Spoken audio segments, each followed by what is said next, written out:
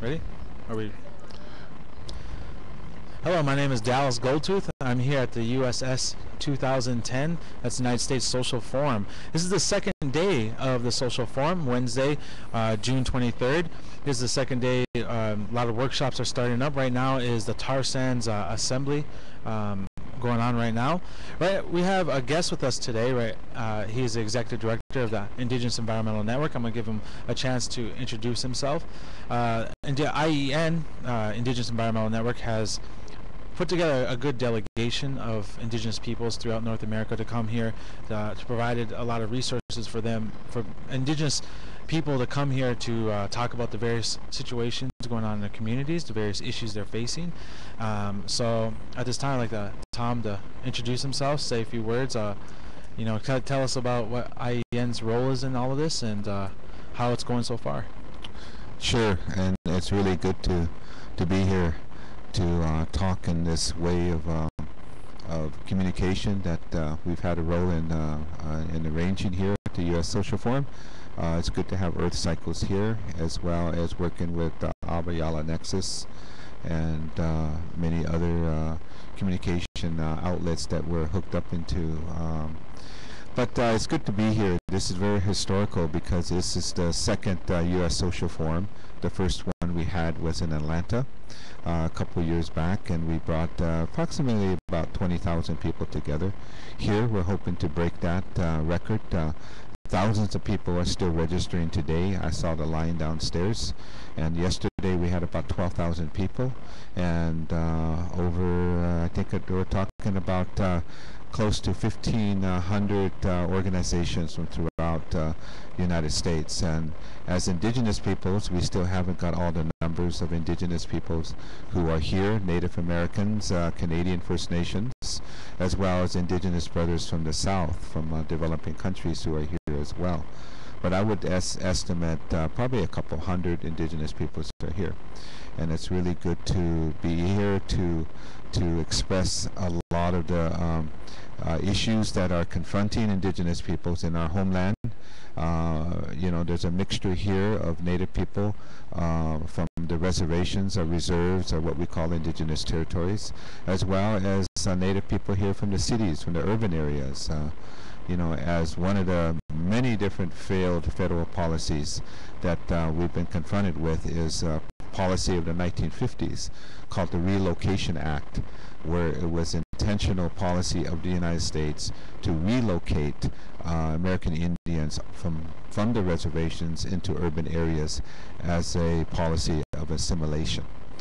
So to this day we have now third generation of indigenous people raised in certain city areas as Detroit, as Chicago, New York City, Denver, Los Angeles, San Francisco, Seattle, Twin Cities, Minneapolis, St. Paul, San Antonio, Fort Worth, and the list goes on. And so it's good to visit some of the Native community here. We met with them this morning at the water ceremony. And they invited many of our people that are visiting here from other reservations and territories to come and break bread or share their food. They're going to feed us in exchange of friendship. And that is a very important concept to many of our people.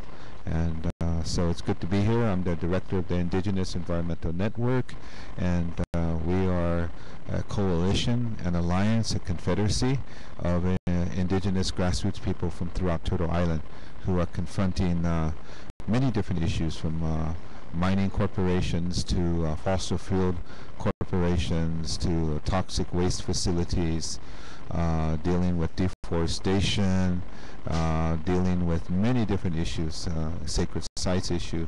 So we have a delegation here of both youth and elders who are here. It must be pretty amazing to see the amount of people that have come out for this gathering here, and I do believe you're on the organizing committee for the U.S. Social Forum. Is that correct? Yeah, Indigenous Environmental Network was invited to be a member of the National Planning Committee. Many of the communities that we work with, they said that they're really busy on the front end of the resistance that they are involved with, and there are many issues, and they said go ahead and sit on these planning committees. You're our voice, you're our ears, and represent us well. And we try to do that, both myself as well as our staff organizers. And so it's been a long road, it's been a long process, but the U.S. Social Forum is a vehicle for movement building.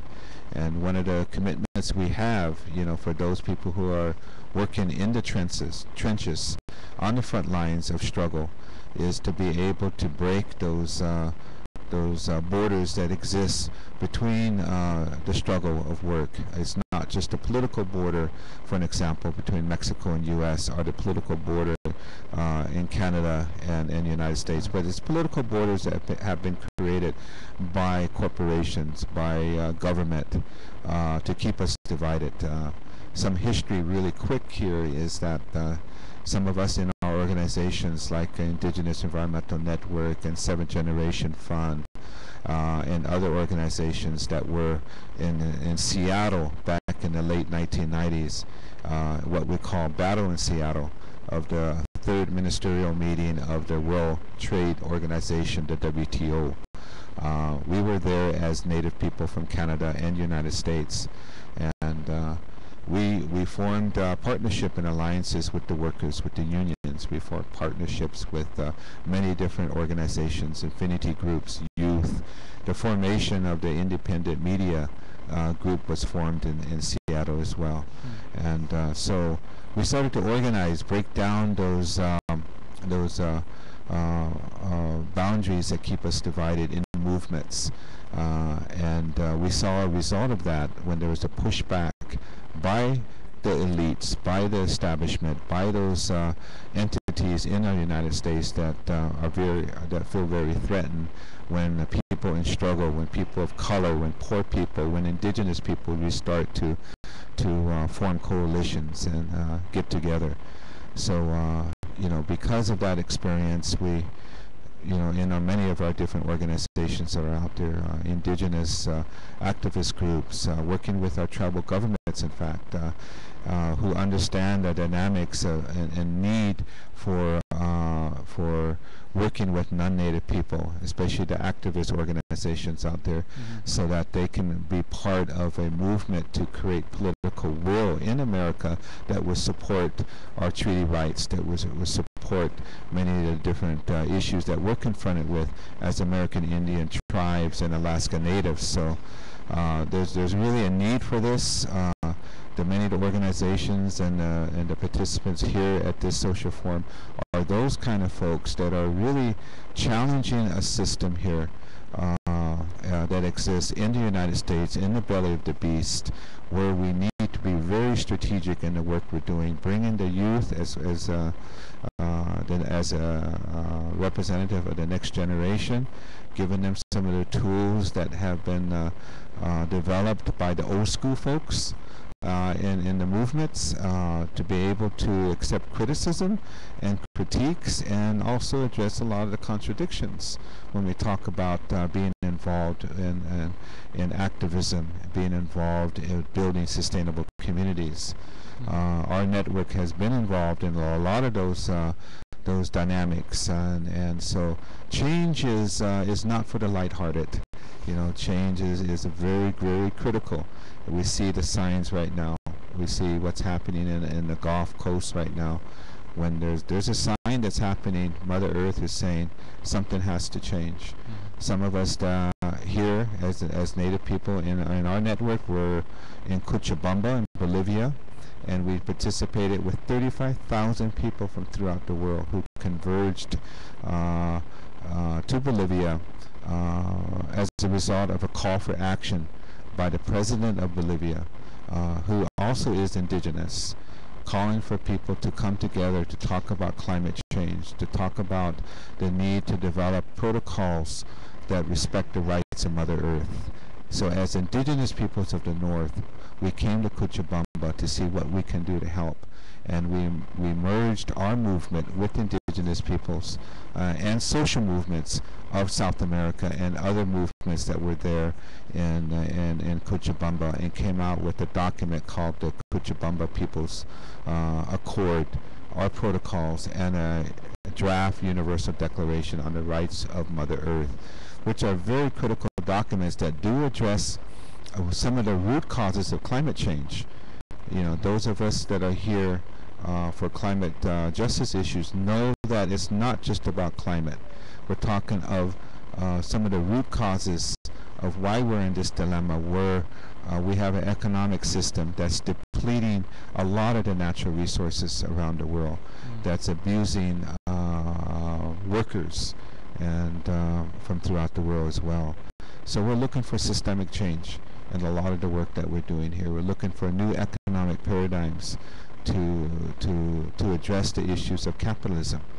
You know, so that's some of the other areas that we're here to learn about, to meet with other people who are deep thinkers in developing strategies, and to lend our lens as indigenous people, as a view from the shore, you know, looking at the reality that we faced here as indigenous peoples of the North, where we've been colonized, you know, and there's a settler mentality. And so it's very important to be here, you know, for our delegation. We're happy to be here. And a lot of the youth, the Native people here, as well as the elders that are here, everyone's just feeling so mobilized and so inspired. And I'm sure they'll all go home and say, hey, we need to look beyond, you know, the issues that we've been dealing with, and tell people back home that there's many other people that believe in a lot of the different ideas and beliefs that we have, that they're trying to find their place back to an understanding of what, you know, their relationship to Mother Earth means to them. Well, definitely, it sounds like there's a lot that has gone into this conference and the planning. There's definitely a lot of movement building that has been accumulated over the past few years of just social mobility amongst various groups trying to talk and address all these various issues. And so with any action, there needs to be a lot of intent.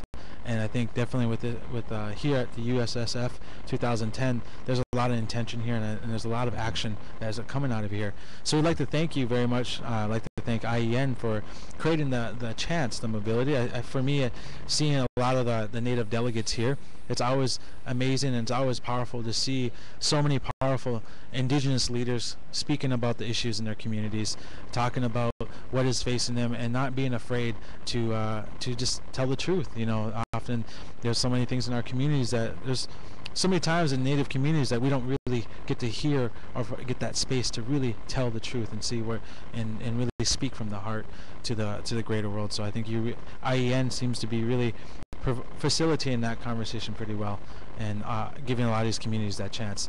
So we'd like to thank Tom Goldtooth, Executive Director for Indigenous Environmental Network, to be here, to giving us an interview, and hope to see you around, and maybe we can get another interview. Yeah, what was your name again? I'm Dallas Goldtooth. He's my dad. See you. Take care. Thank you very much. Please feel free to check out any other videos. We're streaming live. We're going to be streaming videos on earthcycles.net. You can also find us on USSF2010.org, and come check out the other videos that we have going on here, and feel free to be part of the conversation here. Thank you, and have a good day.